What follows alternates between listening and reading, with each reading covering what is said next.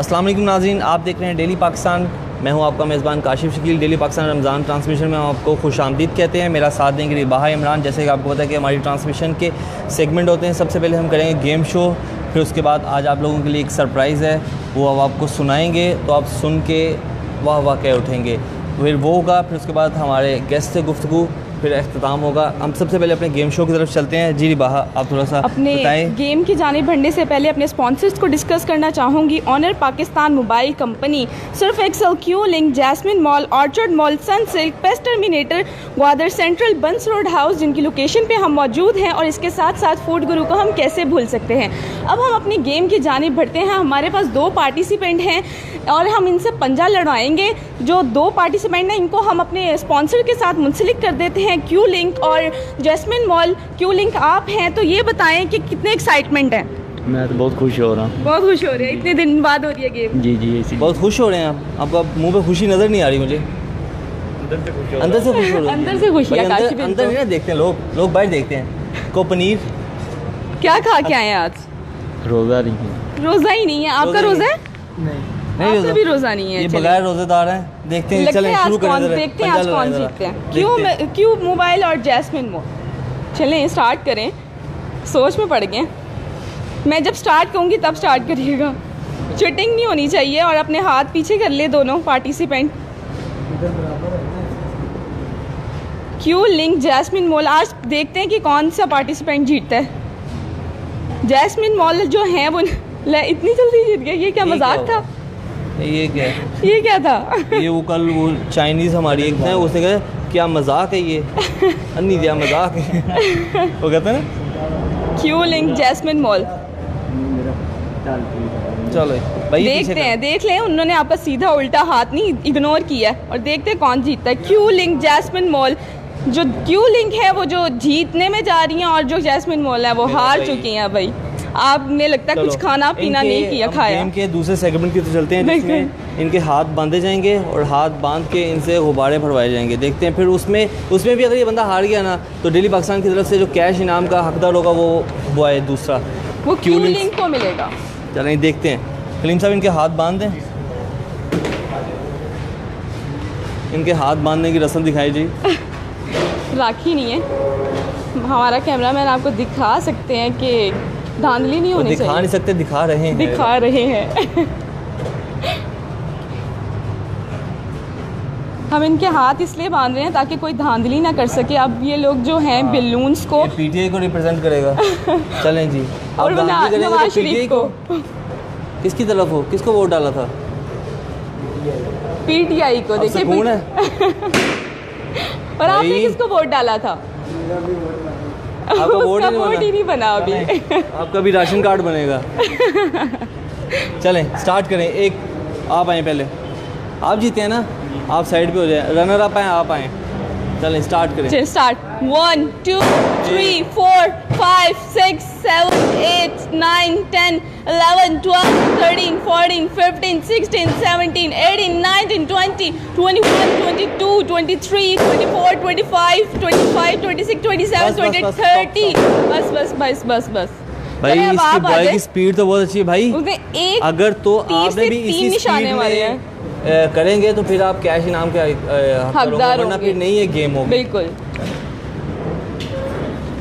Start. 1 2 3 4 5 6 7 8 9 10 11 12 13 14 15 16 17 18 19 20 21 22 23 24 25 26 27 28 29 30। रुकना ज़रा। हमारे साथ ना आज एक ट्रेनर मौजूद है। सर, आप गुब्बारे फाड़ने की भी ट्रेनिंग करवाते हैं?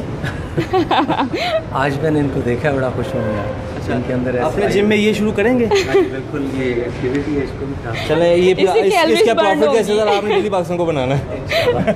चलिए स्टार्ट कर दीजिए।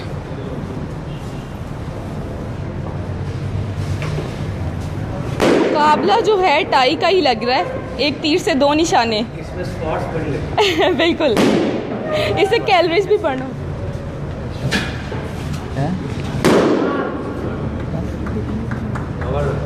Well done. क्योंकि इस बंदे ने 2 मरतबा पंजा जीता था और जी। गुब्बारे भी अच्छे पा रहे हैं। बिल्कुल। ये डेली कैश पाकिस्तान की इनाम तरफ का- से। डेली पाकिस्तान की तरफ से कैश इनाम का हकदार ये हुआ। Thank you so much and congratulation. आप हमारे प्रोड्यूसर से इनाम कलेक्ट कर लें, इंशाल्लाह फिर मिलेंगे। Thank you. अब हम जाते हैं अपने एक और सेगमेंट की तरफ, जो मैंने आज आपको बताया था कि आज हम आपको एक ऐसी आवाज़ सुनाएंगे, ऐसी चीज़ सुनाएंगे जिसे आप सुन के वाह वाह कह उठेंगे। बिला तमहीद मैं उसकी तरफ बढ़ता हूँ, तो हम आपको ये सुनाते हैं। आप शुरू करें जी, क्या सुनाएंगे आप? मैं लजपालां दे लाड़ लगी हूँ डफ के ऊपर जी तब चलें जी, शुरू हो जाए। आप पढ़ें, ये पकड़ें। मैं लजपालां दे लड़ लगियां, मैं लजपालां दे लड़ लगियां, मेरे तो गम परे रहिंदे। मैं लजपालां दे लड़ लगियां, मेरे तो गम परे रहिंदे। मेरी आसां उम्मीदां दे, मेरी आसां उम्मीदां दे, सदा बूटे हरे रहिंदे। मैं लजपालां दे लड़ लगियां, मेरे तो गम परे रहिंदे। कदे भी लोड़ नहीं पैंदी मैनू दर दर तो मंगने दी, कदे भी लोड़ नहीं पैंदी मैनू दर दर तो मंगने दी। मैं लजपालां दा मंगता हाँ, मैं लजपालां दा मंगता हाँ, मेरे पल्ले भरे रहिंदे। मेरी आसां उम्मीदां दे, सदा बूटे हरे रहिंदे। दुआवां रल करो सईयो, किथे मुर्शिद ना रुस जावन।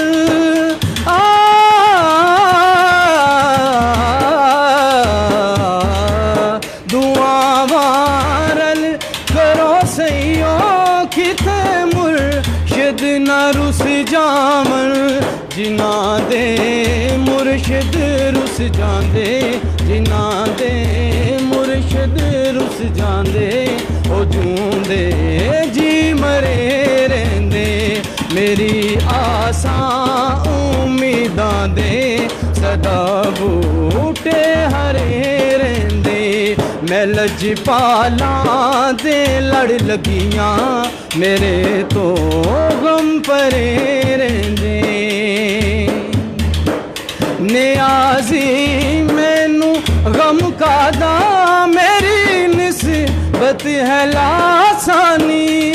नियाज़ी मैनू गम कादा, मेरी निस्बत है लासानी। किसे दे गैर जो बन के, किसे दे गैर जो बन के, कसम रब दी करे रहिंदे। मेरी आसां उम्मीदां दे, सदा बूटे हरे रहिंदे। मैं लजपालां दे लड़ लगियां, मैं लजपालां दे लड़ लगियां, मेरे तो गम परे रहिंदे। मेरी आसां उम्मीदां दे, सदा बूटे हरे रहिंदे। मैं लजपालां दे लड़ लगियां, मेरे तो गम परे रहिंदे। वाह वाह वाह वाह, बहुत खूब, बहुत सुभान खूब अल्लाह। हेल। अभी आप यहीं पे बैठे हैं, मैं दोबारा आपको बताता हूँ, तो आप सांस ले लें। चलें आज हम चलते हैं अब अपने गेस्ट की तरफ। आज हमारे साथ जो मौजूद हैं एक इस्लामिक स्कॉलर हैं, स्पीकर हैं, और एक बच्चों की काउंसलिंग करने के लिए इनको मतलब इनको बहुत अबूर हासिल है। और मेरे लेफ़्ट साइड पे बैठे हैं सर, आपका नाम? आबिद हमीद साहब। आबिद हमीद साहब जो हैं वो एक ऐसे ट्रेनर हैं जो आपको वर्जिश करने के वो तरीके बताएंगे कि आप सुन के ये कहेंगे कि चलो अब हम पतले होने की ख्वाहिश कर सकते बिल्कुल ऐसे ही हैं, है। और फिज़िकल फिटनेस से भी आ सकते हैं। मैं बिला तमहीद इनकी तरफ चलता हूँ। कैसे हैं सर आप? मैं बिल्कुल ठीक, आप सुनाएं, आप कैसे हैं? अल्लाह का। सर रमज़ान तो ख़त्म होने को आए, अब लोग दोबारा अपनी वही पुरानी रूटीन में आएंगे, मुझे बताएं कि लोगों को कोई टिप बताएं कि जिससे वो उनकी रोज़ाना की जो रूटीन है वो वैसे की वैसे, मतलब उठें तो फ्रेश उठें, सोए तो सुकून की नींद सोएं। गर्मी का आलम इतना है, वो ट्रेनिंग का कौन सा टाइम होना चाहिए और क्या क्या होना चाहिए, हमारे नाज़रीन को बताएं। देखिए जी, रमज़ान ने पहले तो हमें बर्दाश्त सिखाई है और ऑब्वियसली इसी बर्दाश्त को हम अपना जो आगे ईद है और बाकी जो हमारा बाकी साल का पैटर्न है इसी को लेके चलेंगे। और उसमें ज़रूरी है कि इंसान जो कुछ सीखा उसने रमज़ान में, जो बर्दाश्त अपने जिस्म और ज़हन के लिहाज से सीखी है उसी को आगे लेके चलेगा। ईद के ऊपर अमूमन लोग जो हैं वो फौरी तौर पे एम्बार्क ऑन करते हैं बहुत ज़्यादा ईटिंग की तरफ, और ईद की चूँकि डेलिकेसीज़ होती हैं और आप मुख्तलिफ दावतों में ऑब्वियसली शमूल होते हैं, जाकर फिर अस्पताल भी जाते हैं। हाँ, डिपेंड करता है कि अगर आप अपनी एज लिमिट को देखें, अपने फ़िज़िकल फ़िटनेस लेवल को देखें, आप अपनी जो रिक्वायरमेंट्स हैं कैलोरीज़ की अगर तो उनको देख के चलें तो फिर तो यकीनी तौर पे आपको हॉस्पिटल नहीं जाना पड़ेगा। लेकिन अगर आप इन चीज़ों को इग्नोर कर देते हैं और ये सोचते हैं कि मैंने अपने जो मुँह का जायका है उसको ही अहमियत देनी है, तो फिर ऑब्वियसली बीमारी भी आती है। तो कॉम्पनसेशन होनी चाहिए। आप जब अपने दूसरे नॉर्मल लाइफस्टाइल की तरफ आएँ, एक महीना जब आप जदोजहद करके अपने आप को डिसिप्लिन करते हैं, प्रिंसिपल करते हैं, तो ये ही पैटर्न आपका बाकी 11 महीनों के लिए भी आपकी ज़िंदगी का हिस्सा बनना चाहिए। रोज़े की हालत में एक्सरसाइज करना ठीक है? अच्छा, रोज़े की हालत में ये डिपेंड करता है कि आपकी कैफियत क्या है, आपकी सेहत का म्यार क्या है। ठीक है, अगर आपका वज़न ज़्यादा है, रोज़े की हालत में एक्सरसाइज करने से बिल्कुल भी मना नहीं किया जाता। उसकी वजह ये है कि रोज़े का मकसद ये है कि आप अपने आप को एक सर्टन ज़ाब्ते का पाबंद करें। और रोज़े का मकसद कतई ये नहीं है कि आप रोज़ा रखें, एसी चलाएं, लेट जाएं, इफ्तारी के वक्त आप यकदम उठें और फिर पकौड़ों और समोसों की तरफ टूट पड़ें। इसका मतलब ये नहीं है। तो बात यह है कि एक नॉर्मल लाइफस्टाइल को आपने रोज़े के बाद भी लेके चलना है। तो जैसे जैसे आप अपने अंदर बर्दाश्त पैदा करेंगे तो एक्सरसाइज जो है वो बहुत मुश्किल नहीं हो जाता? अफ्तारी की टेबल पे इतनी चीज़ें पड़ी और सिर्फ आप मखसूस चीज़ें खाएं। देखिए, मैं आपको ये तो नहीं कहूँगा कि आप ना खाएं, लेकिन अगर आप थोड़ा सा बैलेंस रख लें, यानी अगर आप थोड़े से पकौड़े ले लें, थोड़ी सी चाट आप खाना चाहते हैं वो ले लें, बाकी अगर कोई ऑयली चीज़ें हैं, तो ये एक लाइफस्टाइल है। ऑब्वियसली हम इससे छुटकारा तो पा नहीं सकते, लेकिन कहीं ना कहीं हमने अपने आप को महदूद करना है, कॉम्पनसेट करना है। अगर मैंने एक रोज़े पे ज़्यादा खा लिया तो अगले रोज़े की इफ्तारी जो है वो यकीनी तौर पे मेरी कोशिश होगी कि मैं उसको मुनासिब रखूं और एक्स्ट्रा कैलोरीज़ को पुट इन ना करूं। तो जो बैड लाइफस्टाइल है ना, वो मेरा 7 के 7 दिनों पे नहीं चलना चाहिए। वो एटलीस्ट एक दिन अगर आपने बैड ईटिंग की है, अगले दिन कोशिश करें कि आप गुड ईटिंग कर लें, तो ये थोड़ा सा कॉम्पनसेट करेंगे तो यकीनी तौर पे। चले सर, मैं आपके पास दोबारा आता हूँ। मेरे साथ मेरे दूसरे गेस्ट जो मौजूद हैं वो एक शाहीन ज़ारा इनका नाम है, और ये एक बहुत अच्छी स्पीकर भी हैं और बच्चों की काउंसलिंग भी करती हैं। आप कौन सी क्लास के बच्चों की काउंसलिंग करती हैं? Sir, basically I'm an English teacher, IELTS trainer and a counselor and speaker and healer too. Counselling के लिए कोई एज लिमिटेशन तो नहीं है।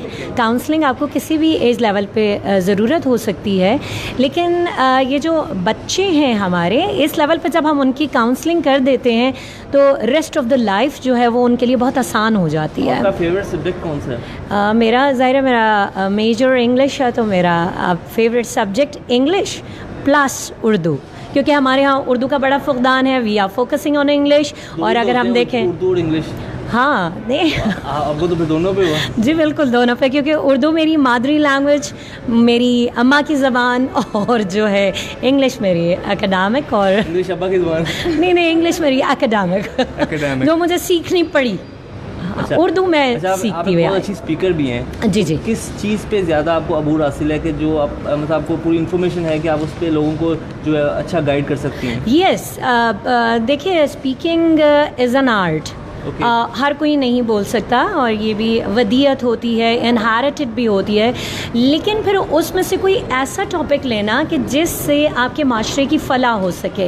तो अगर मैं देखूं दौरे हाजिर में मेरा यही है कि मैं अपने स्टूडेंट्स पे काम कर रही हूँ, क्योंकि मैं क्या चीज़ उनमें ज़्यादा आपको नज़र आती है कि कौन सी नेग्लिजेंस है जो उनमें बढ़ती जा रही है, जो हमारे माशरे को ख़राब कर रही है? बिल्कुल सर, देखिए, हम डिग्री याफ्ता तो होते जा रहे हैं, मगर हम में से किरदार और अखलाक ख़त्म होता जा रहा है।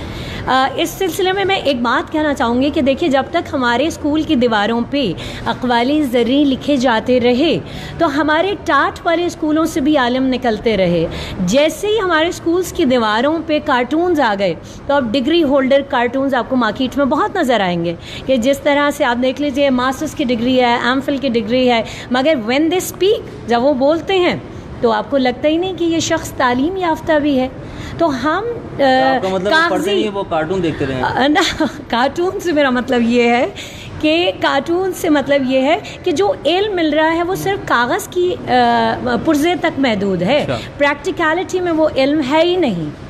इल्म तो ये होना चाहिए था जो मेरी फितरत को बदल दे, मेरे क़ल्ब को मुनक़लिब कर दे, मेरे अखलाक में तब्दीली ले आए। ये इल्म है। बीइंग एज ए मुस्लिम, हाँ जी, आपने, आपके जितने भी स्टूडेंट्स हैं, आपने कितने बच्चों में देखा कि उनको इस्लाम की तरफ भी उनका रुझान है, ये खाली इंग्लिश और उर्दू की तरफ ही रह गया है? इस्लाम की तरफ भी लोगों का रुझान है या नहीं है? आई एम सॉरी टू से and I am very sad while talking this कि इस्लामियात को हमारे यहाँ ज़हमत बना दिया गया है। आप देखिए बच्चों के सिलेबस में ज़ाहिर वो रहमत होनी चाहिए, बस ज़ाहिर उसको की तरफ तो दिल खिंचा होना चाहिए था। हमारे सिलेबस से ख़त्म किया जा रहा है। आपके मेन स्कूल्स जो हैं उसमें से इस्लामियात के पेपर्स को ख़त्म कर दिया गया है और आप जो आप सीनियर क्लासेस की तरफ जाइए वहाँ पे कुरान भर दिया गया है, जिसमें बच्चों को लफ्ज़ी तर्जुमा भी याद करना, बामुहावरा भी, इस्तिलाही भी और एक्सप्लेनेशन भी।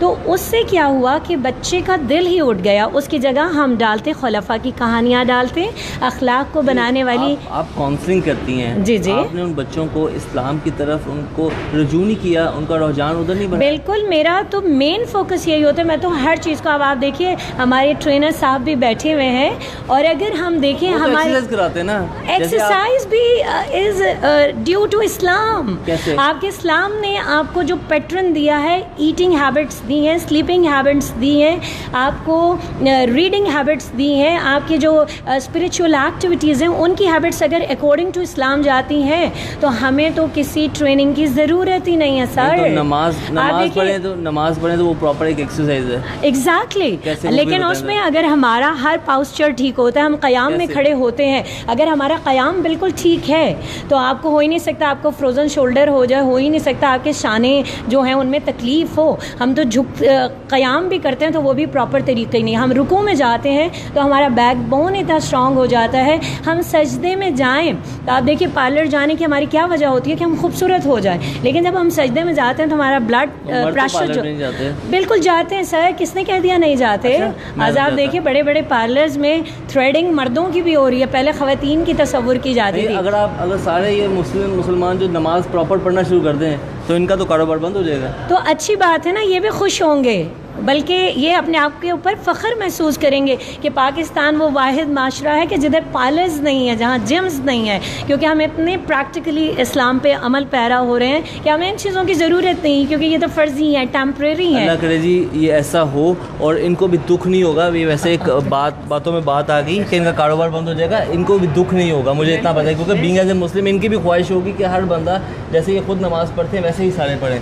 जी सर, आप क्या कहते हैं? ऐसा मुमकिन नहीं है, क्योंकि आप अगर हम पुराने दौर की तरफ देखें, जो हम बात करते हैं 14वीं सदी की, जब हज़रत पाक सल्लल्लाहु अलैहि वसल्लम जब आए और ये सारी चीज़ें, तो नमाज की एक अपनी हकीकत मुसल्लमा है, इसमें कोई शक नहीं है, ठीक है। लेकिन फ़ौजी मैदान में जाने के लिए उनके लिए ट्रेनिंग के अलग पैटर्न्स होते थे। फिज़िकली तौर पे उन्हें सिखाया जाता था कि उन्होंने भारी तलवारें कैसे उठानी है, तीर कैसे करने हैं, और जब जो ज़रा बख्तर वो पहना करते थे तो ऑब्वियसली उसका अपना वज़न 20-20, 30-30 किलो हुआ करता था।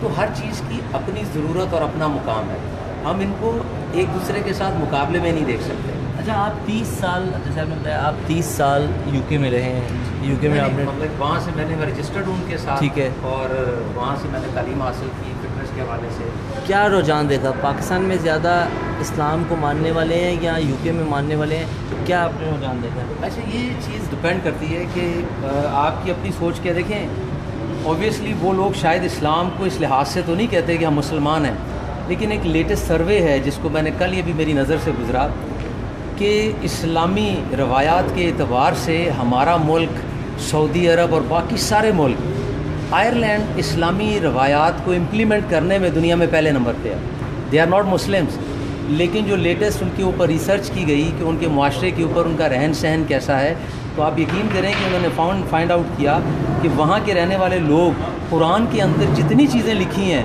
उनको इम्प्लीमेंट करते हैं अपने ऊपर। तो हमारे पाकिस्तानी नहीं करते। मतलब कि आप रैंकिंग को देख लेना, 131वां नंबर सऊदी अरब का है।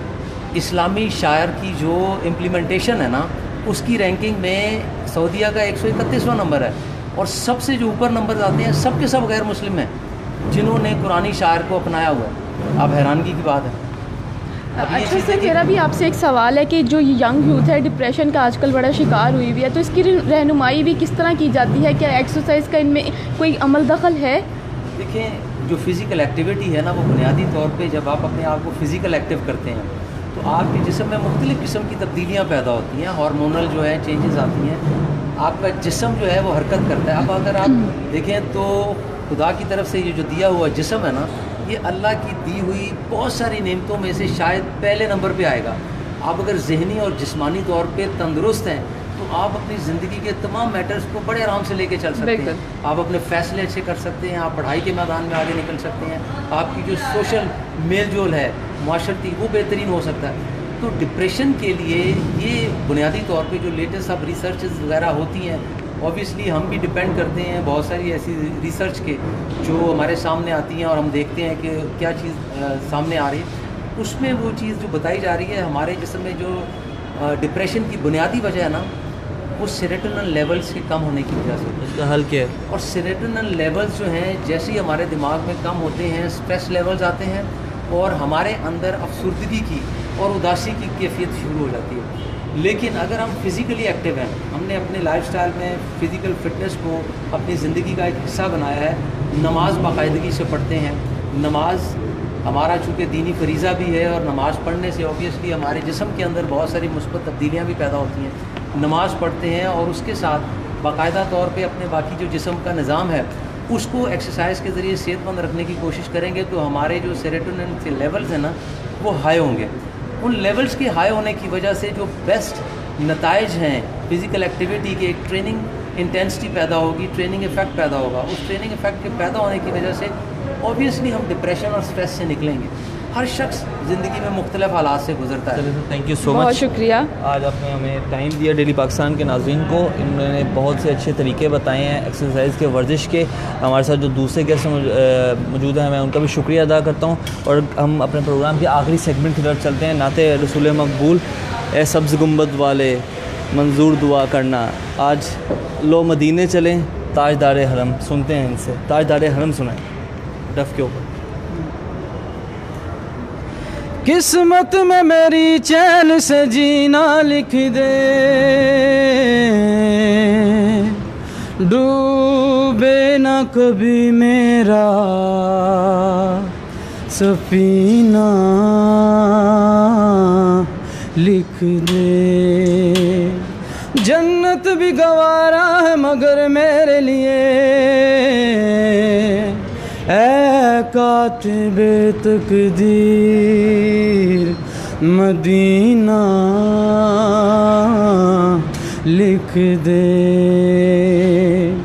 ताजदारे हरम, ताजदारे हरम, ओ निगाहे करम, ताजदारे हरम, ओ निगाहे करम। हम गरीबों के दिन भी सबर जाएंगे, हम ये बेकता क्या कहेगा जहां, हम ये बेकता क्या कहेगा जहां। आपके दर से खाली अगर जाएंगे, ताजदारे हरम, ताजदारे हरम। कोई अपना नहीं गम के मारे हम, कोई अपना नहीं गम के मारे हम। आपके दर पे फरियाद लाए हम, ओ निगाहे करम वरना चौखट पे हम, हो निगाहे करम, वरना चौखट पे हम आपका नाम ले लेके मर जाएंगे। ताजदारे हरम, ताजदारे हरम, मैं कशो मदीने चले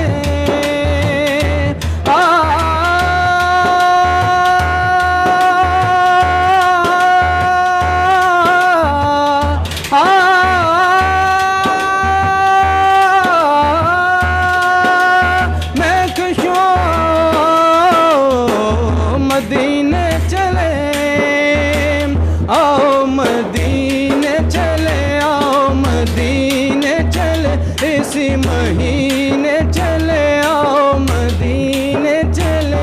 तजल्लियों की अजब है फिजा मदीने में, निगाहे शौक की है इम्तिहा मदीने में।